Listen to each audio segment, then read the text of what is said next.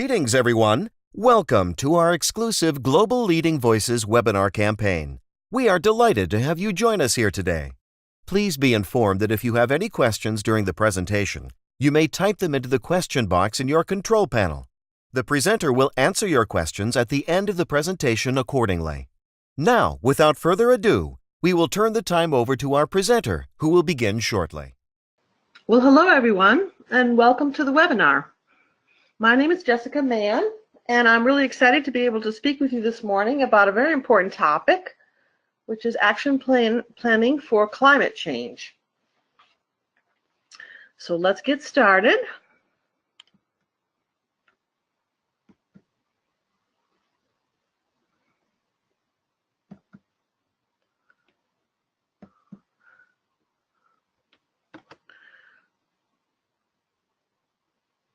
Ardian, quick question on, okay, here we go. Sorry for the delay. Okay, so yeah, let's just look at what we're going to go over today for our agenda.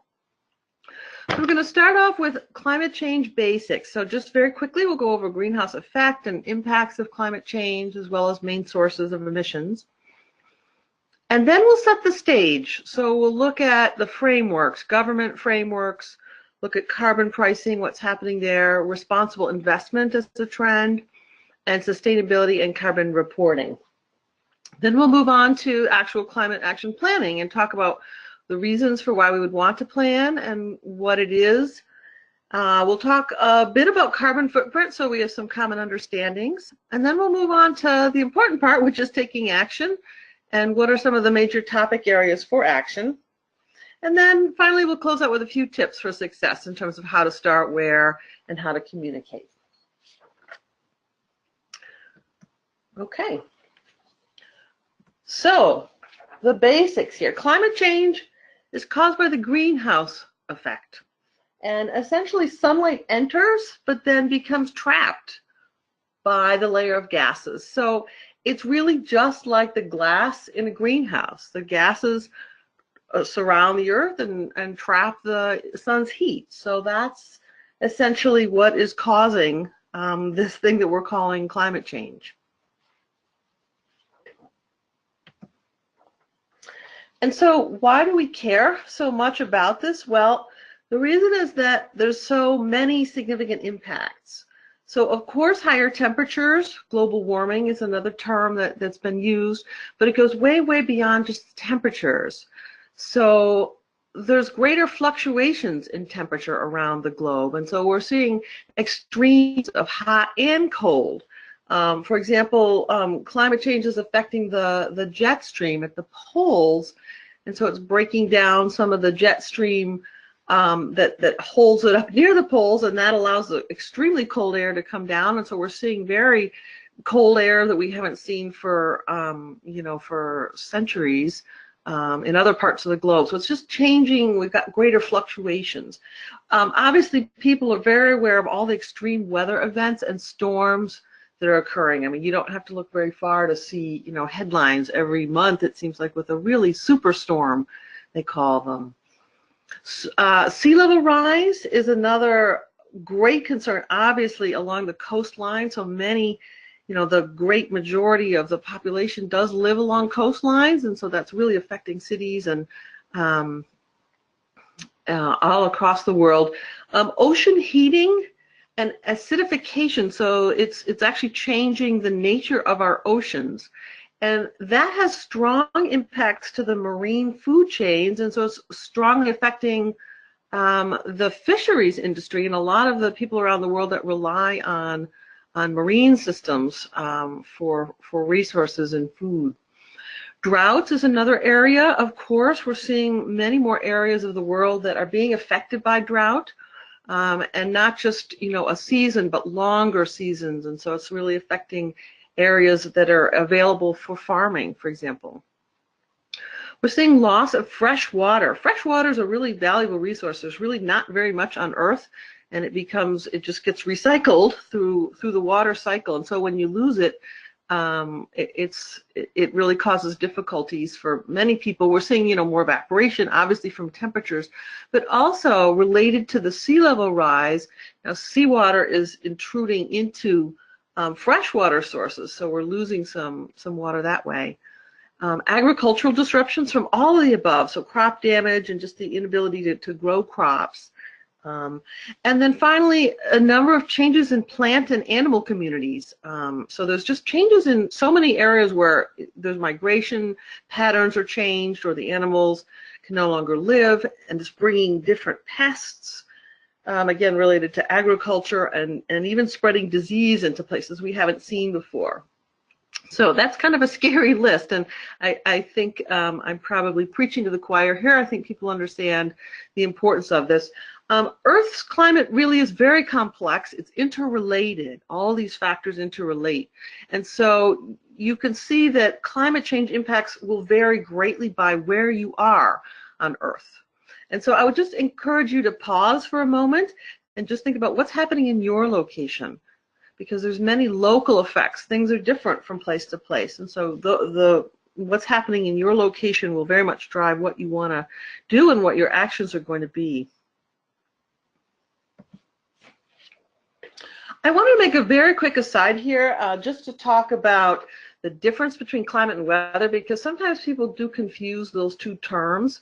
Weather, it's really just related to the time factor. So weather are the atmospheric conditions that occur locally over short periods of time, over minutes, hours, days.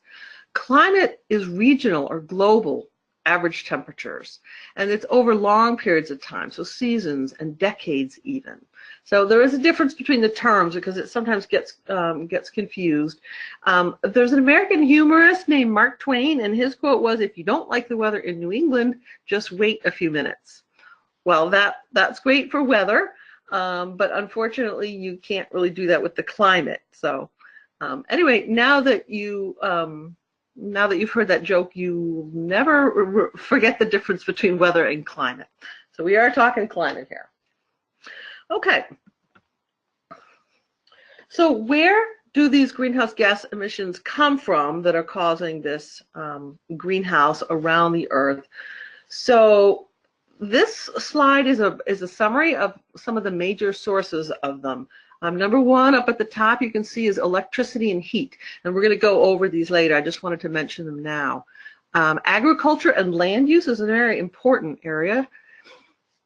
Industry, obviously industry operations is listed number third there. Transportation is a major and important area. We're going to talk about that. Other energy is a smaller section related to obtaining of fossil fuels and distribution of those. Food waste, yes, amazingly, that's a very large issue that needs to be tackled. And buildings. Buildings is another big one, especially for business, so we're going to talk quite a bit about that. So I just wanted to put this slide up front so that you can start thinking along these lines, because all of your climate action planning is going to be focused on what are your sources and what can you do about them.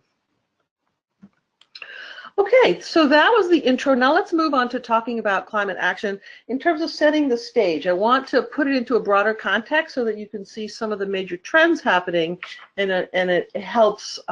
It just helps put it all into perspective. So we all live in countries that are governed by laws.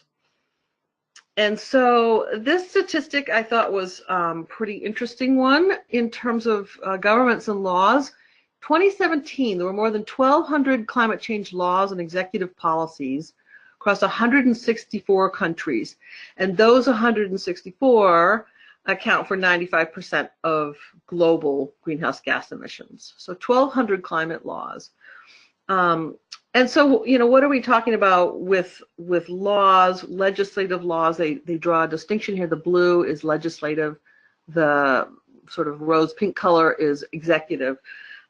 Legislative, because I know there's a lot of people from around the world on this call, and we use different terminology. You might have it called Congress or Senate or House or Assembly or there's a lot of different terms for that. Whereas executive laws and policies, those are those that are enacted by governments.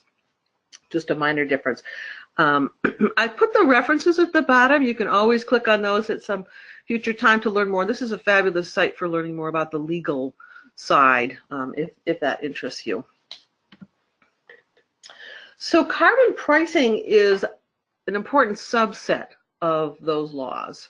So in this slide, we see that there are 74 jurisdictions, and they split those into national, so 46 national, 28 subnational. 74 total in the world have implemented or are scheduled to implement carbon pricing initiatives. So just again for terminology on this, subnational means anything that's just, you know, a level below a nation.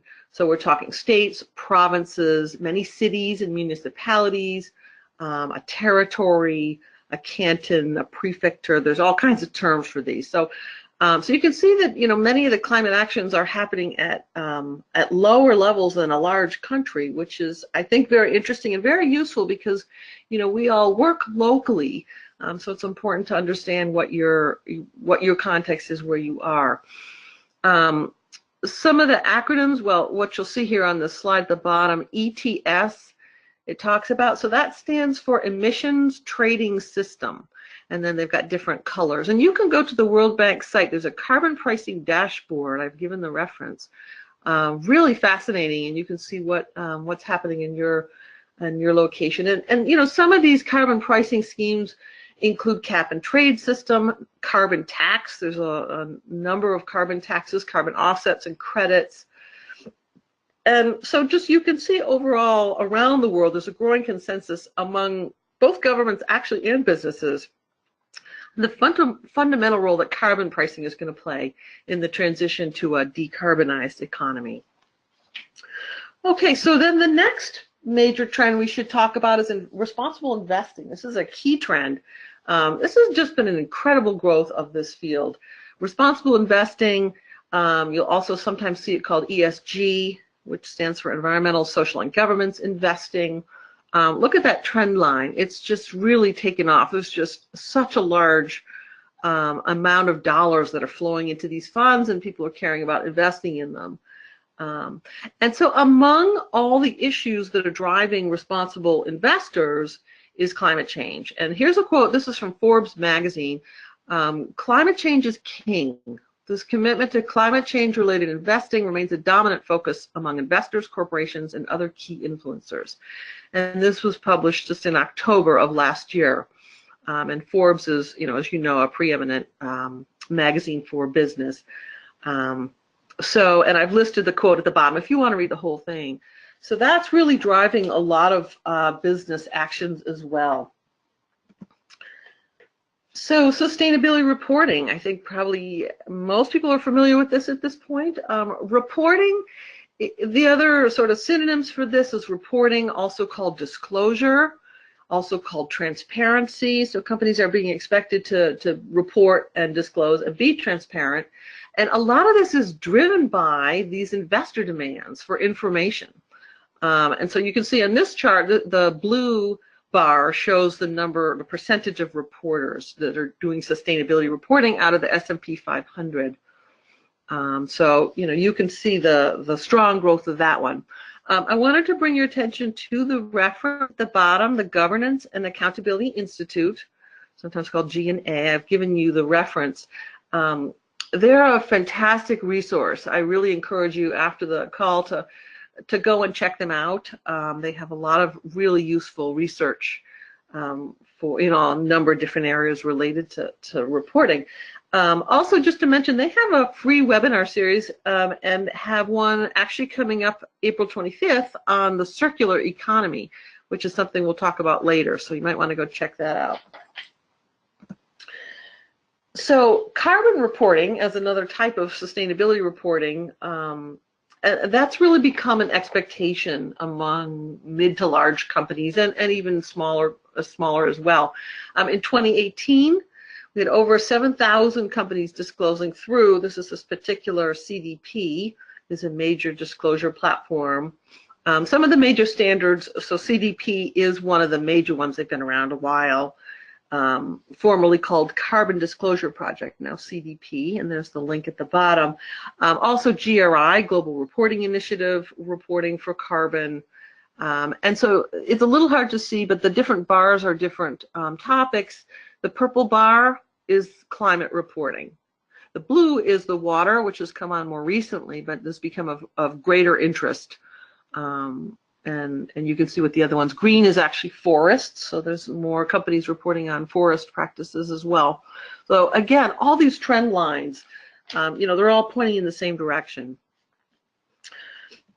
Okay, so now that we understand the basics of climate change and some of the context surrounding it, we're ready to turn to some of the actual details about climate action planning. So why plan? Well, there's significant benefits to planning rather than reacting to what's happening in the world. Just simply to comply with government rules that we were just talking about earlier, navigating all the carbon markets, which are obviously growing, and there's a lot to that. Meeting the requirements and the expectations of investors, which we just saw. Communicating with other interested stakeholders. And here I list your customers are interested in what you're doing, and your employees. Sometimes employees are some of the most interested and involved stakeholders for your organization. Reducing risk. Now that's a huge one. That actually could be one of the top key benefits to business, because there is a higher level of risk now just because of more uncertainty in the world from all of what's happening with this changing climate. There's so many operational risks, supply chain disruptions. A storm takes out your main supplier, and what do you do? Things that are happening that we're seeing every day, sort of day to day. There's risk, and business does not like risk. That's one thing that that drives a lot of business decisions, is the ability to reduce risk. So important to keep in mind. Cost savings. What business does not like to save money? And efficiency. That's on the bottom line. You're saving money.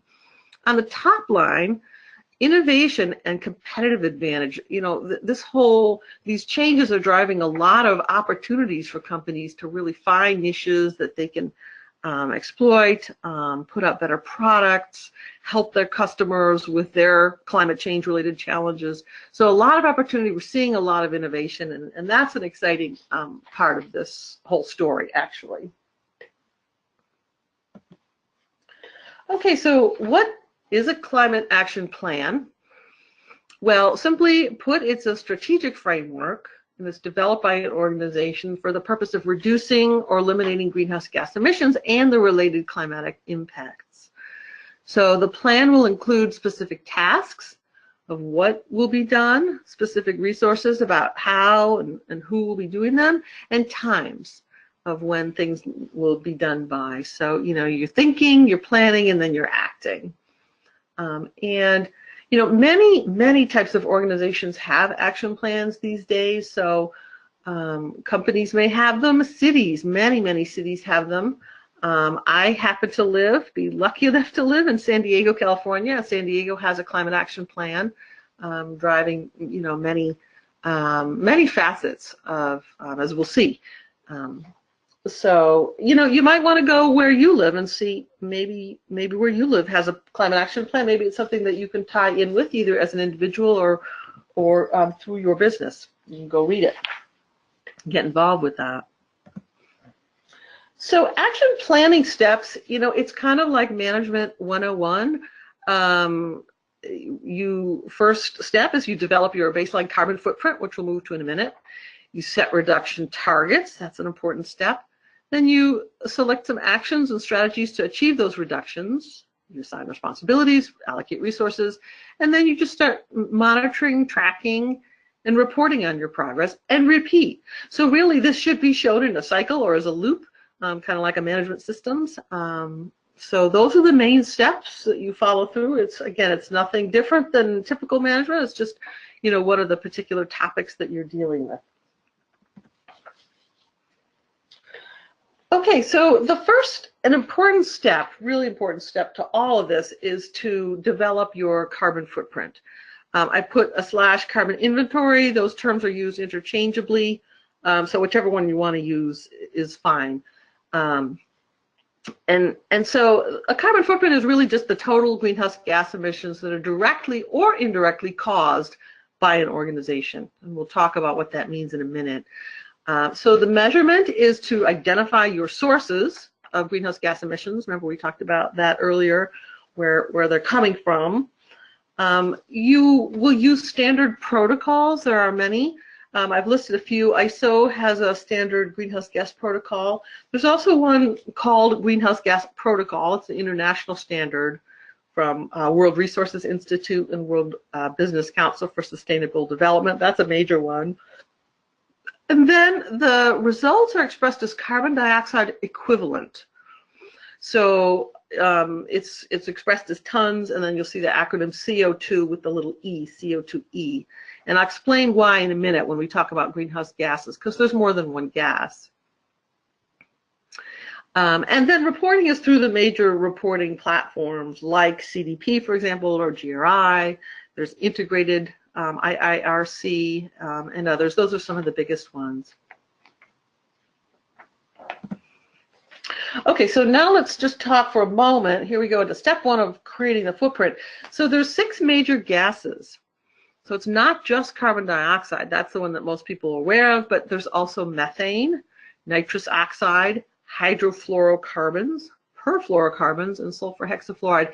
And, you know, these are categories, so there's many specific chemicals under each one. No, you don't have to be a chemist to understand or know any of this. But you just need to be aware that there are all of these gases that contribute to the greenhouse gas effect. And the important point of this is that each of these greenhouse gases has a different potency or ability to trap heat. And that's known as its global warming potential. Sometimes you'll see the acronym GWP. And so simple example, R22 is a chemical. It's a very commonly used refrigerant. It falls into the class of HFCs, hydrofluorocarbons.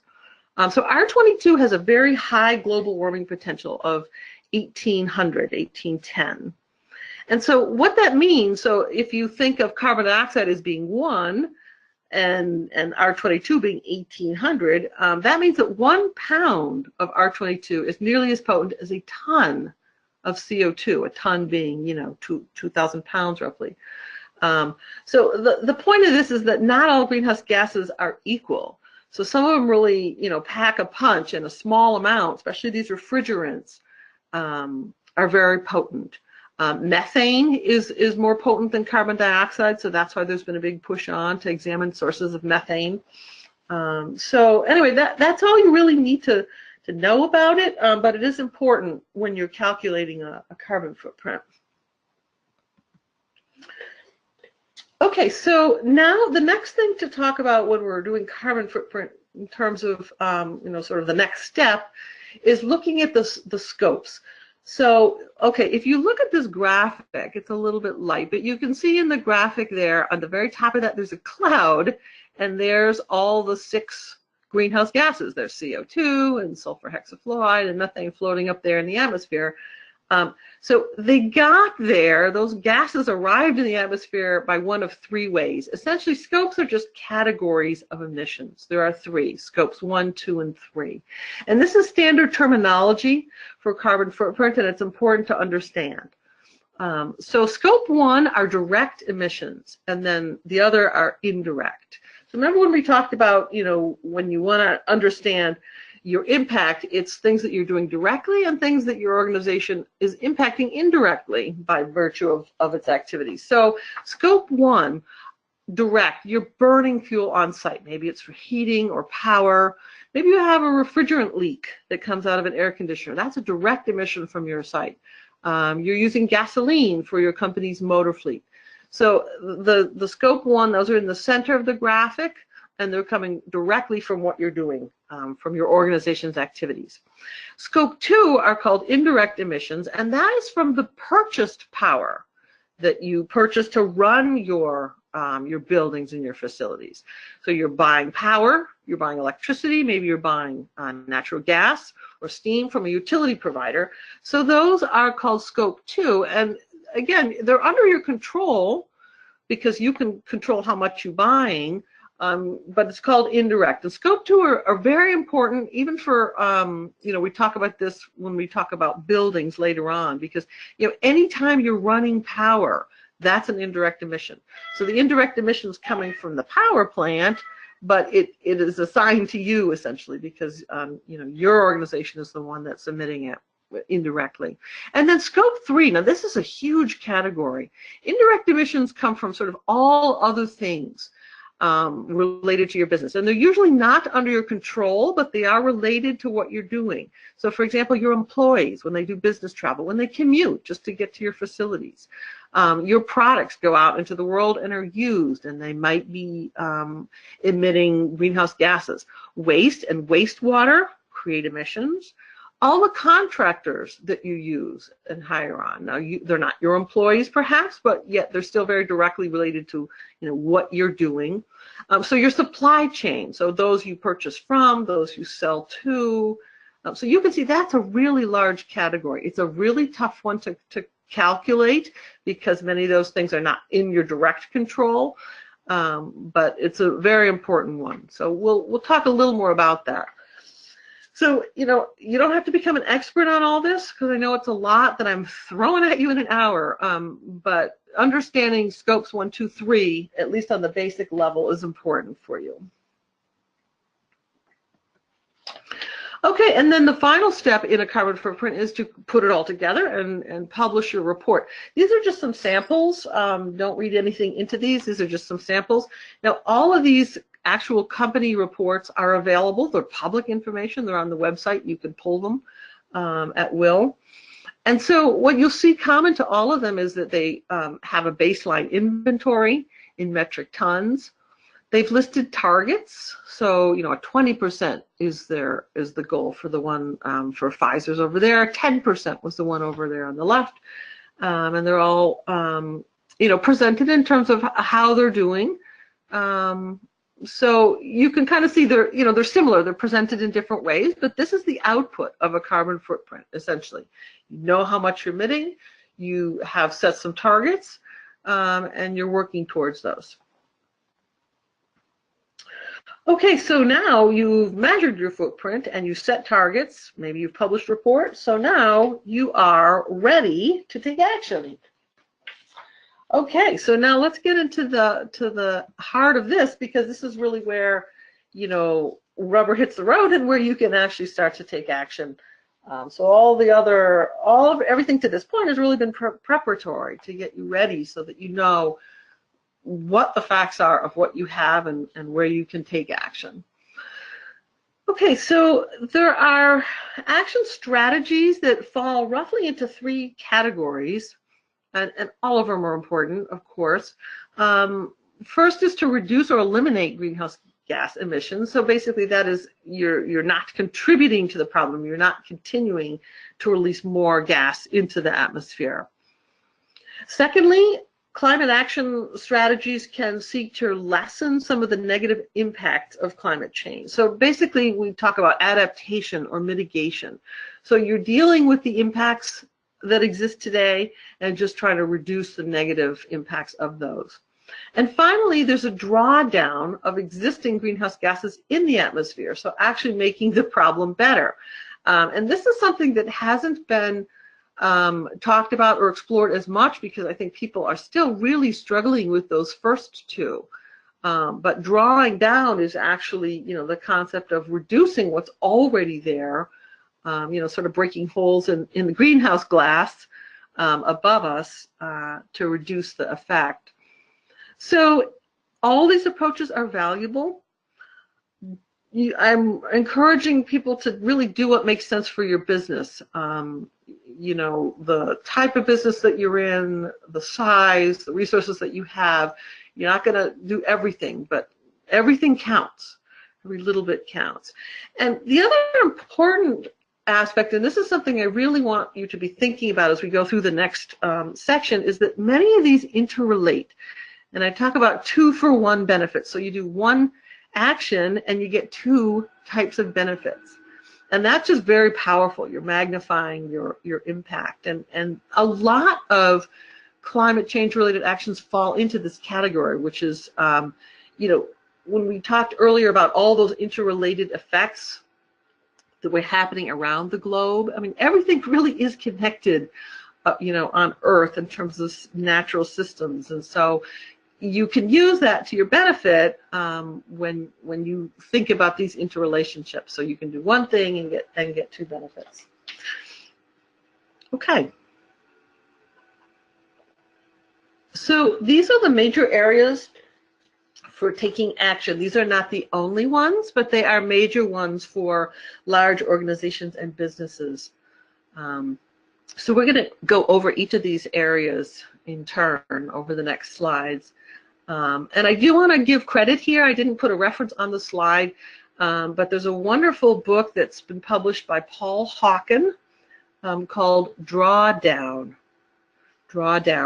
And I highly encourage you that he has a website, drawdown.org. And many of these, and they've done a lot of really rigorous analysis of the impacts of these different categories. And so I encourage everyone to go read that. It's a really wonderful and inspiring book. So let's look at each of these in turn. Okay, so electricity and heating. So burning of fossil fuels for electricity and heat, it is the largest single source of greenhouse gases, accounting for about 25%. So planning for a transition to clean and non-carbon energy use over time is going to be key, and that's occurring now, of course. There's many energy sources that are currently available and under development. And remember when we talked about the innovation and opportunities? This is a perfect example. So, we have wind and solar, which have experienced huge growth. Hydroelectric, geothermal, wave and tidal is another important source. Biomass, I mentioned nuclear, that's certainly a non-carbon. Cogeneration, waste to energy, fusion is something. All of these, technologies are being worked on.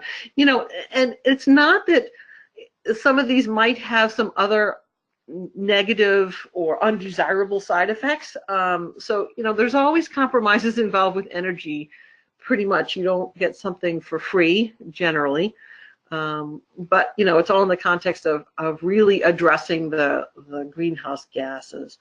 And energy storage technologies, and that's a really key technology innovation. So it's allowing greater use of the intermittent sources like solar and wind, because obviously when the sun's not out, you have to have some way of storing the power that you created during the day. And I really want to mention, too, at the bottom that energy efficiency and conservation are still very important measures, just using less energy. And many companies are striving to do this. It's very important. There's a lot of opportunities for it. You get some very creative and dedicated engineers in this field, and you really can often find that there's a lot of ways that can be saved, energy can be saved in the short term. So it's still an important measure. So I don't want you to, think, oh, we have to jump to using all these other new technologies. No, still look at what you're using and how you can conserve. And undoubtedly, you'll find ways to do that. Okay, the next area for action is buildings. So buildings, this is a pretty amazing stat. Worldwide are responsible for about 40% of worldwide energy use. And the math here, if you're trying to total up these, I had 25% on the last slide for electricity. Obviously, a lot of the building energy use is related to use of electricity. And so it's a smaller percent of greenhouse gases, but it uses the big energy hogs. And the energy is used for heating the buildings, for air conditioning, for heating, for lighting, cooking, so all these uses. And happily, there's a lot of technologies that exist today to significantly reduce emissions. And so I'm listing some of them here. There's a number of green building standards, for example, LEED, there's BREEAM, there's so many different building standards that are out there. Building codes and municipal ordinances at city and regional levels, and these become mandatory. So again, using my example, California has California building codes, and so it's driving a lot of improvements. And so today, it's not a stretch to have net zero buildings and actually have net zero energy, and even net positive, some that produce their own. There's a lot of product certifications around buildings. So you'll see Energy Star, Green Seal. There's so many of these different certifications. And these are groups that have done analysis of different products and building materials. And so you can choose more wisely. Lighting, LED lighting has revolutionized lighting. It's just such a major efficiency improvement. Many companies are replacing, upgrading to LED lights. Simple things like better insulation, double pane glass, use of natural light and ventilation, so you don't have to rely on electricity, green roofs, and I could go on and on. Green buildings have come so far in the last 20 years or so, and today it makes good business sense to have a green building. So we're seeing, major cost savings, and also the green buildings are more valuable investments. So for two similar buildings, if one is green in terms of these factors, they're being seen as a more valuable asset and more desirable for certain tenants who are looking for that. So there's a lot of drivers behind green buildings, and that's important. And almost every business, I'm assuming probably almost every single person on the call, you've got buildings, you've got facilities, plants, buildings of some kind. So this one applies, nearly across the board. So that's why I put it up front, because I think it's an important one to start with. Okay, so next action area has to do with water. So people don't always realize this when they think about greenhouse gas and climate, but water's heavy. And so its use consumes a lot of energy related to moving it, transporting it, cleaning it, heating it. Water heating is a huge source of greenhouse gas emissions, and treating the wastewater. So conserving water reduces greenhouse gas emissions. So you want to look at, in addition to being useful for saving water, so for its own sake. So this is a great example of a 2-for-1, like we talked about earlier. So, landscaping use, we find that in some areas 30% or even more of water use is just going for landscaping. That's kind of crazy. There's better ways to do it, and you don't need to be using that much water. So focusing on prioritizing water use for where it's really most critical. Simple things. So here we go into buildings, low flush fixtures, leak detection and repair programs. They sound simple and low tech, but they have impact, because water always has a habit of leaking out of pipes, no matter where we put it. Dishwashers, and again, some of these are maybe related more to restaurants, or depending on what industry you're in. Washing, lower temperatures for washing and for industrial purposes.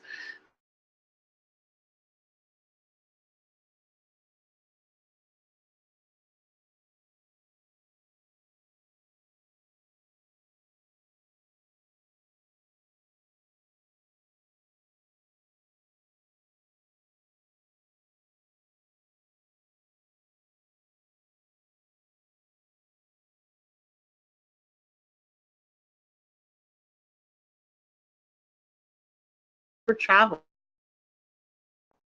Marine, there's a lot of shipping that happens on the oceans.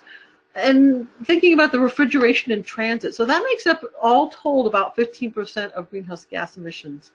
And unfortunately, 95% of that right now is based on fossil fuels.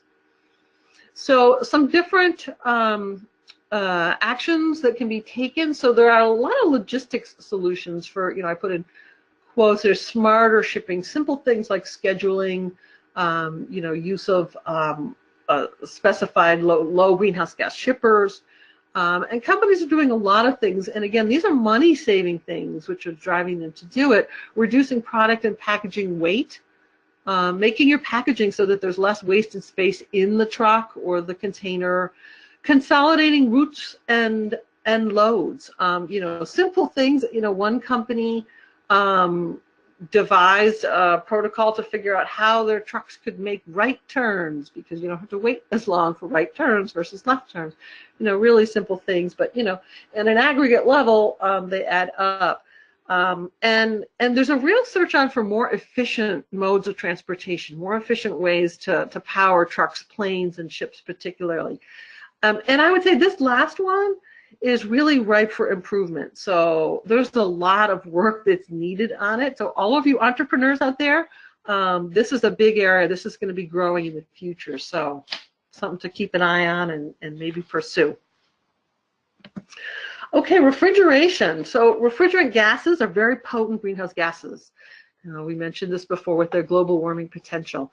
And so they're used widely. They're, air conditioning in buildings and vehicles, refrigerators and freezers for food, propellants and consumer aerosol products that consumes refrigerants, spray foam insulation. So they're used in a lot of applications. Just a note here, so HFCs as a category, they are going to be phased out over the coming years through an amendment to the Montreal Protocol. There are substitutes that some are already on the market. So this is going to be an area of change. And so in terms of refrigerants, it is important, just as with water, to have leak avoidance and detection programs. Many companies outsource this. And so if you're using contractors for your HVAC work, oversee them. Make sure that they're competent, that you're hiring good people, that they're reliable and doing what's required. And particularly because effective storage and disposal is really key for these. Most of the emissions happens at the end of life.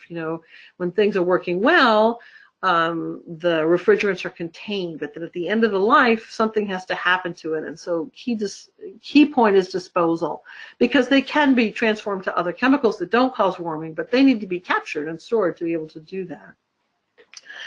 Just a quick aside about the Montreal Protocol. This was the global agreement, very successful, that really did save the heal the hole in the ozone layer, which was an issue more back in the 80s. But unfortunately, it turned out that some of the replacements have had this effect on greenhouse gases. So, sort of a mixed bag, but I just wanted to mention that. Okay, then we want to talk about material use and waste. So just the simple fact of reducing your use of materials and creating waste in all its forms can have significant impacts on greenhouse gas emissions. So this is a huge area, and I want you to encourage you to think broadly about it, because producing materials and growing food and raising livestock, all of that uses significant resources and a lot of releases of greenhouse gas emissions.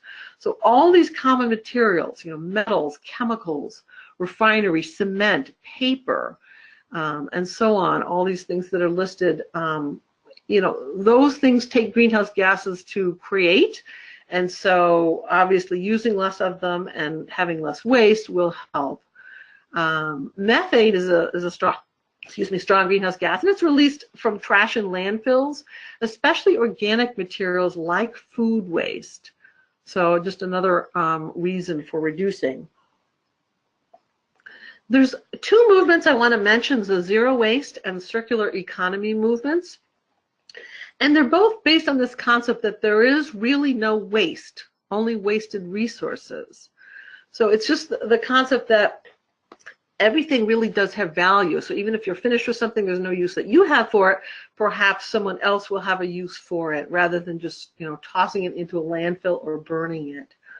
And so the original 3 R's, which many people are familiar with, which were reduce, reuse, recycle, well, now there's 2 more R's, so now it's 5 R's, and they've added refuse, which is the concept of you just don't need it at all. And these are listed in order. So refuse, you don't need something at all. Reduce is use less of it. Reuse is using something more than once. Repurposing it is turning it into a new function. And then finally, recycling. So, you can see that there's kind of this hierarchy of use. And I would highly encourage you to go learn more about it. I've listed 2 sources at the bottom, the Ellen MacArthur Foundation and Zero Waste Institute, and they're just, in addition, I mentioned that the GNA webinar that's coming up in a couple weeks on circular economy, there's some really terrific speakers, so I would highly encourage you to attend that, because this is a sort of a revolutionary concept, and it's just something that, once you've sort of opened your eyes to the opportunities of it, there's so many ways to benefit from it. So I encourage you to learn more about this one. Okay, and then last area for action, and again, this is just the major areas. There's others, but land use. Land use is a huge area that many people don't think about. Depends what industry you're in. There's a little bit of terminology I want to go over. Carbon sequestration, you'll see that term. It just means storage of carbon. And often that means that it's being stored in soils or in forests, trees, wetlands. Carbon sink is another term that you'll see for that as well. So it's really the opposite of a source. So emissions come from sources, and sinks are how you can sort of lock it away or soak it up. And these are important for drawdown. We were talking about actually pulling it from the atmosphere and locking it away.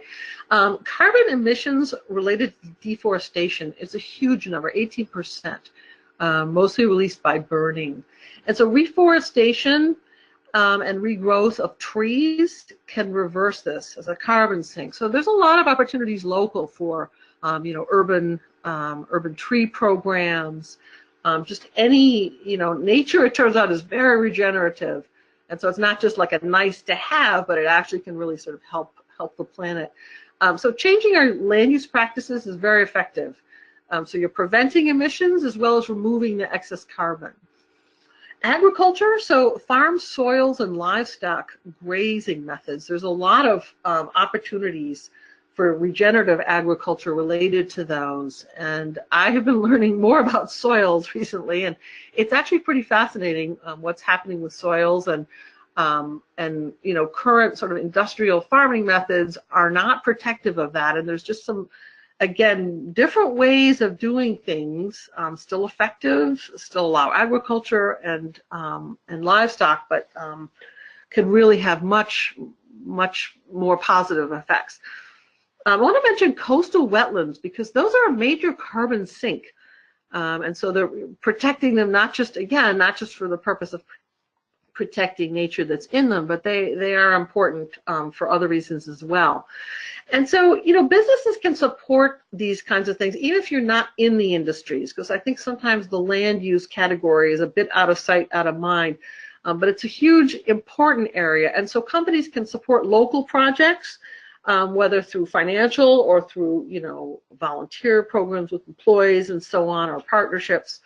There's verified carbon offset projects that they can support, again, financially, doing things like tropical reforestation. And those have a big effect, and they're important. So I did want to bring those up. Okay, well, wow, we're here coming to the end here. Your mind might be spinning because I know I'm covering a lot and very quickly, but we're almost there. Okay, so in terms of where to start, for your carbon footprint, I encourage you to start with scope 1 and 2 emissions first. Those are under your control, like we talked about.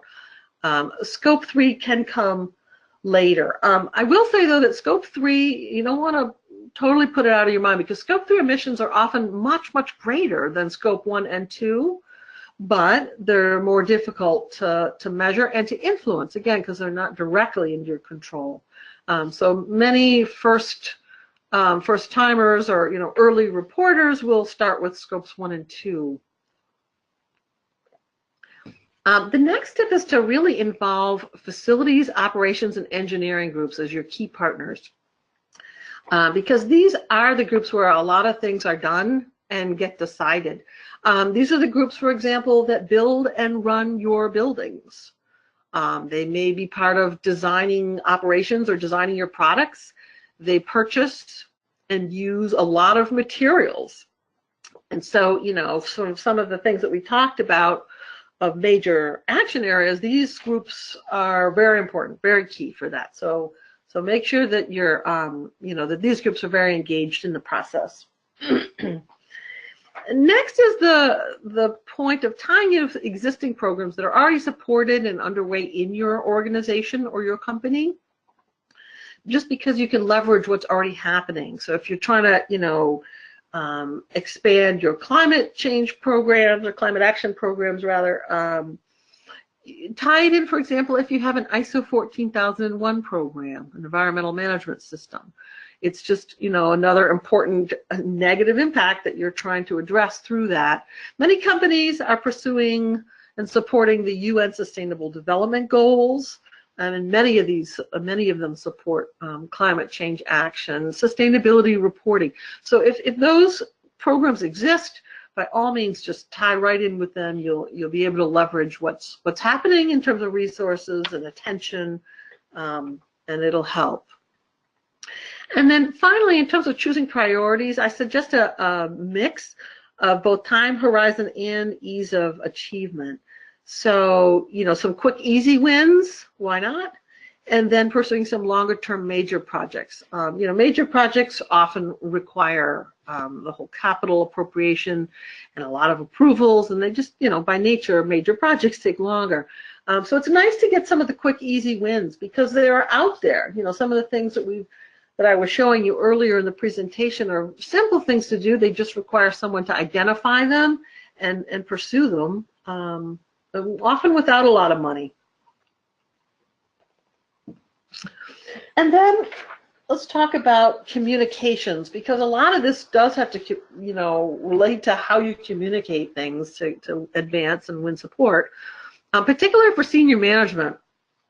And here we're talking about, chief executives. They call them C-suite chief executives, chief financial officers, etc. So the language there is to focus on benefits and also show how it aids in reducing risk. And that just kind of makes sense. Senior management does not like risk. They hate risk. They hate uncertainty. And so if some of the climate action actions that you're proposing have benefits, multiple benefits, and can reduce the risks for the company's operations, then that's going to be an important thing to highlight. I would also suggest working with, if you have internal communications or media relations groups, they are likely on the front lines of getting demands for public disclosure and information. I bet they're filling out a lot of questionnaires already, for a lot of different sustainability purposes and investors. It's become a big workload, and so work with them because if you can help support them and give them the information, then hopefully they can return the favor and help support and advocate for the climate action work as well. And then finally, I would suggest again that this 2-for-1 concept, and sometimes 3-for-1, so reinforcing the message that a lot of the climate-related actions can have multiple benefits. So, when you reduce energy, for example, or you cut back on water or materials use, or you look for ways to cut waste, these almost in every case deliver cost savings. They conserve resources, but this is cost savings in addition to reducing the impact of climate change. So you're really getting a lot of benefits there, and if you can really position it that way, then it kind of comes down to, well, why would we not do this? So you don't have a hard sell, and you'll get greater acceptance and hopefully greater impacts. Okay, well, that brings us to the end of the presentation. I will turn this back to Adrian. Yes, thank you, Jessica, for this great explanatory webinar session. I want to inform you that BCB offers foundation courses on both ISO 14031 and ISO 14015 standards, which will serve as a guide for your business in terms of environment adoption processes and frameworks. Now we'll go ahead and take some time to answer some of the questions from the attendees regarding today's session. We will start with a quick question that was sent during the presentation. The question is, isn't the methane gas from cattle the largest contributor? That's, I knew that question was going to come up. I almost put it in the slides. Yeah, methane from cattle and actually all ruminants, sheep and goats as well, is a significant source of methane. It's not the most important, I don't believe, but it's an important one. So yes, And people make a lot of jokes about it because they're seeing methane coming out of the animals at the front and the back end. So yes, happy to say that there are actually ways to reduce that. And it's just a natural fact of the fact that they're ruminants, so that they eat the food, the grass, and it then is biodigested in their stomachs and regurgitated, and so all of that creates methane gas. So they are a big source. But there are different ways of different feedstocks also adding just certain microbes to their diet. I was seeing something recently. Can significantly reduce how much methane gets produced by them. So there are some advancements and innovations about how to reduce that, because they're a major source. There's millions of animals on Earth, and so yeah, it's a good point to raise. But there are things that can be done about it. So it's important to learn if you're in that industry particularly. And that's also one of the arguments that many people have made about eating less meat, because the growing of meat, although many of these are dairy animals, but animals do have a fairly large footprint relative to plants. So I didn't talk a lot about food in this presentation just because of time, but I would encourage you to go read more. The book I mentioned, Drawdown, talks about some of these food-related issues and agricultural issues, because they are important. Sometimes not related to the work of business, for example, but depends what industry you're in. So I'm not sure I answered the question well, but I will say that yes, it's a good point. They are a source, and they do need to be, there are ways to try to reduce that. Thank you, Jessica. A similar question to the first one. What about the CCU strategies aiming to transform CO2 in CH4? Is that worth to be considered?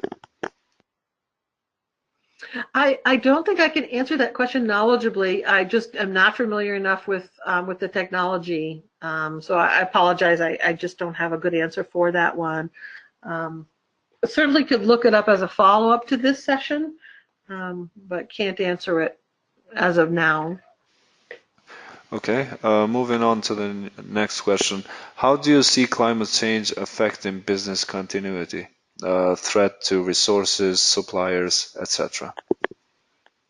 Oh, that is a great question. That's a huge connection. Business continuity, growing out of emergency preparedness programs, and now business continuity has become a major field on its own.